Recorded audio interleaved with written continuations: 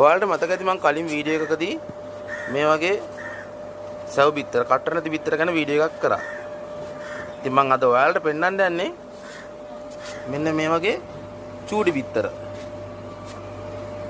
ඔයාලා හිතන්න පුළුවන්ද මේ චූටි බිත්තර දාන්නේ ඇයි කියලා?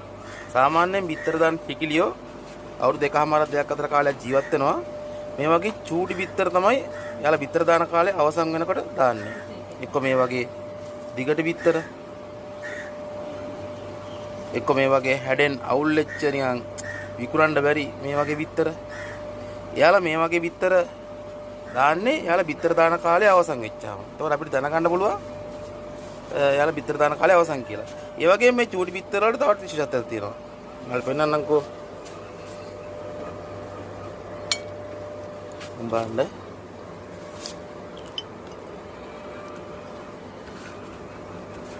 මේකේ තම චූටි කහමදක් තියෙනවා. මේක නම් සමහර වගේ කහමදේ ඇත්තෙම නෑ. මේ චූටි බිත්තර මේ. යාළුවා බිත්තර දාන කාලේ අවසන් දැන්. එහෙම තමයි හොයාගන්න. වීඩියෝ එක බලපුවාලට හැමෝම ස්තුතියි. වීඩියෝ එක නම් ලයික් එකක් දාගන්න.